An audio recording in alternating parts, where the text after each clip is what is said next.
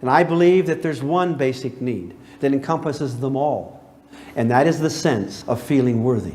To be worthy, to not be rejected, to be valued, to be worthy, honestly in yourself, to be worthy so that you can open up and be proud of who you are.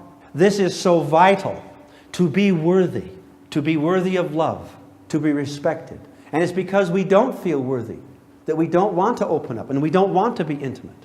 The result of your parent traps is to shame and destroy the soul of man, to demean them and make them feel unworthy. And the opposite of that is that I love you. I love you through all your problems. No matter what you do, I love you. I love you intrinsically. You are valuable intrinsically. And you're being stupid now, but it has nothing to do with your value. You will come out of this. You will work out of this. You will have the problems that you've got and you will walk through these things. And I love you unconditionally forever. My dad was alcoholic and Mom was a codependent. Mother learned to be a rescuer in her family. She was the caretaker for all the little kids. My dad had been married before. I found out I had a half a brother some time ago. And Dad played his insane game forever. These two met, and it was like a match made in heaven. The bad little boy and the mother who was going to fix him. And they've lived their whole lives in this insanity. And they have never changed. Never, ever changed. And the children were brought into that home, witnessed that dumb relationship, and the thousands of games. My father, from year to year, always came up with ever increasingly clever ways to demand the attention of the family. We couldn't go anywhere. We had to think about him.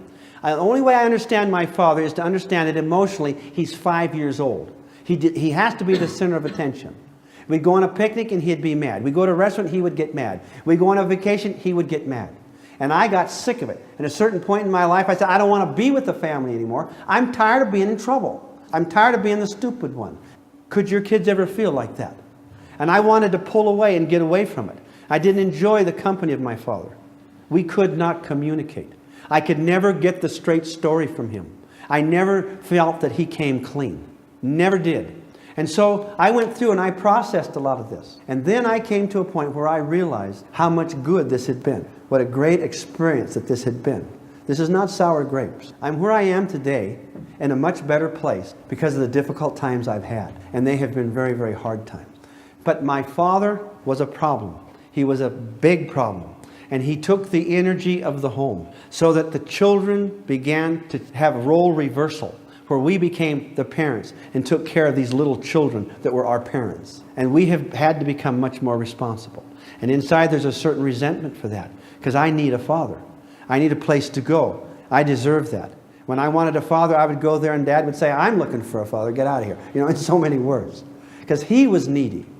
Now, as we are needy, we need to recognize our needs and then go about in a legitimate, honest way to satisfy those needs. Not in some neurotic way. Neurosis is a counterfeit way to grant and to satisfy your real legitimate needs. All right? Alcoholism or raging or being a workaholic or a churchaholic. All those behaviors are absolutely counterfeit ways to satisfy legitimate needs. And we hurt when our needs are not met. Now, I saw Papa hurt Mama. I saw him twist her arm. I saw her withhold the keys. And he went after her and he said, give me the keys. And he'd already started to drink. And once you start to drink, if you know about alcoholism, it just is a down, down, down, down, down thing. They go through the whole cycle. And so he said, give me the keys. No, you're not going to go out. You're not going to spend the money.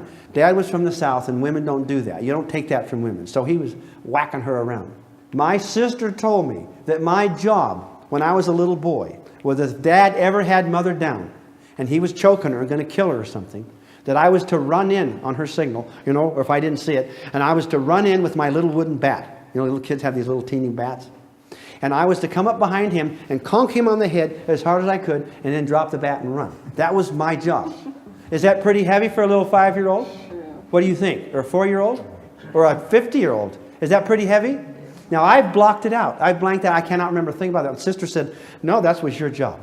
And I vaguely remember something about that now, but I've totally blanked it. It's a very unpleasant thing. And a lot of you have lots of your past that you can't remember a thing. Years and years maybe, some of you, that wasn't pleasant.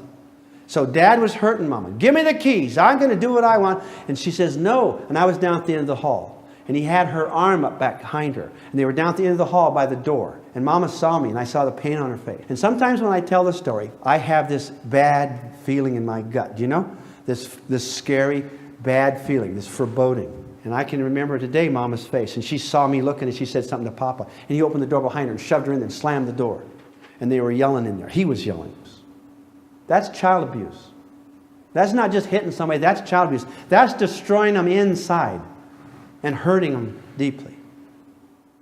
Now, my mother put up with that for years. And I have some anger around that issue. Mother should have stopped that. She should have left him. And she did sometimes. And then he'd show up again, and he would promise and promise she'd take him back. The same old sick story. Year after year after year after year. And my father today is 90 years old in a rest home, and they are still playing the same games of control. Do you believe me? Absolutely. He can't walk. Absolutely. He can't walk. And they're still playing the same head games. And I said, oh, Mama, stop it. There will be no healing until there's a spiritual healing. There will be no healing until we psychologically get on ourselves and understand the correct principles. No more criticizing and discounting. No more frightening and threatening. No more child abuse.